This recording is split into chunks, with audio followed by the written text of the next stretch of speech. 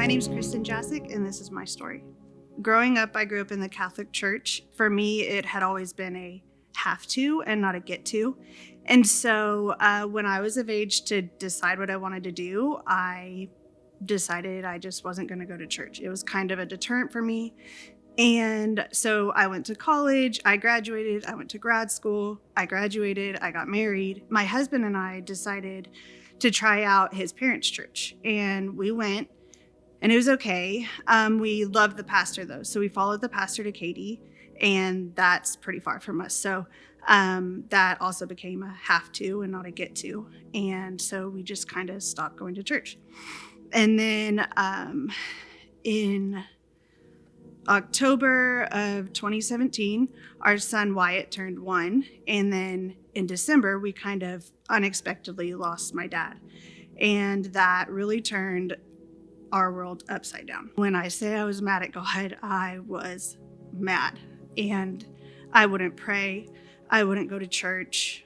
I wouldn't listen to anything he was trying to tell me. And I just shut down. And I stayed like that for a while. I mean, I constantly went through, how dare you do that? How dare you take him? How dare you take him like that? And I think the biggest thing for me was, how dare you take a relationship with my son away from him?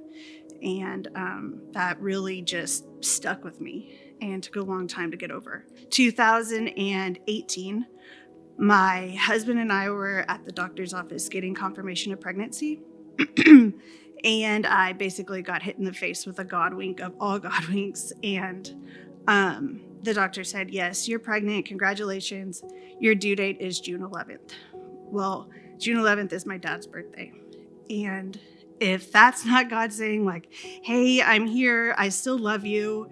And I'm here with you no matter what, no matter how hard you push me away. Like, I'm here. Do you believe me now? Like, do you still have faith? And to me, that was him saying like, I love you. I have your dad. He's okay. Like, you can trust me.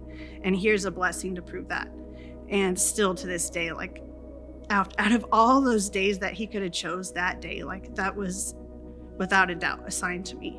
I didn't really go back to church, but I knew then that I wanted to find a church home where I felt welcome and all of that. Well, not too long after that, my son started asking questions like about heaven.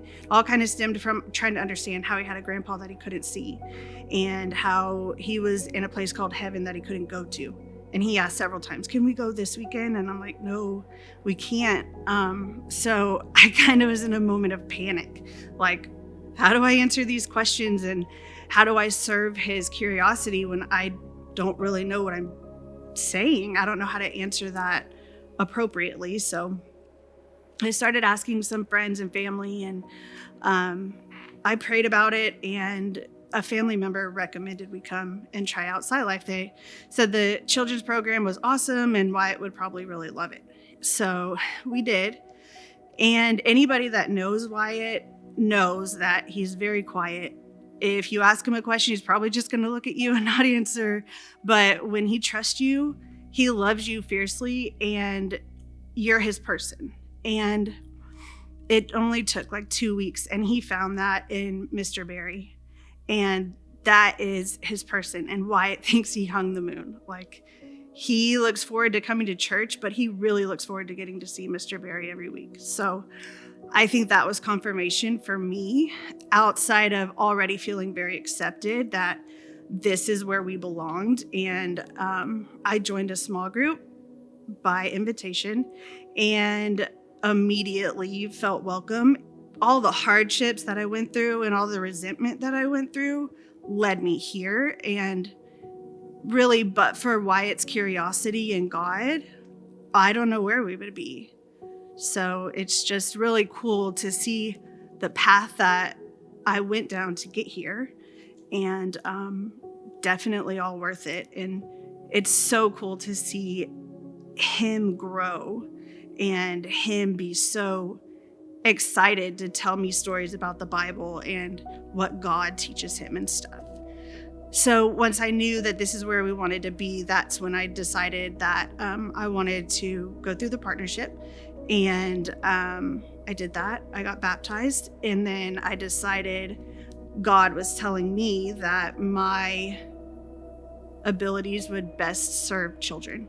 And so that's when I started serving in the children's ministry. I got to lead a small group of 4-year-olds, which looks way different than it does with the adults, but it was super cute. And I was talking to them about building a home on a strong foundation. And I started asking them, what does God teach you? And what does this mean to you? And their answers were just so pure. And in that moment, I was like, we can impact these kids in such a big way. I feel really blessed to be able to get to be a part of that with these kids. Seek companionship. I was terrified to go to small group, and I did. And from the moment I walked in, I felt super, super comfortable. Like, that's my safe space now, and I love everyone there. And the other thing that I've seen through all of this is growth in my husband. He had a wall up, wasn't interested. I'll go to church, but that's it. And I just let God do what he needed to do. And I didn't force him. And I said, when you're ready, you'll do it. And he slowly has. And it's been so cool to have a front seat to watch what God's doing in his life. So it's been a really cool journey.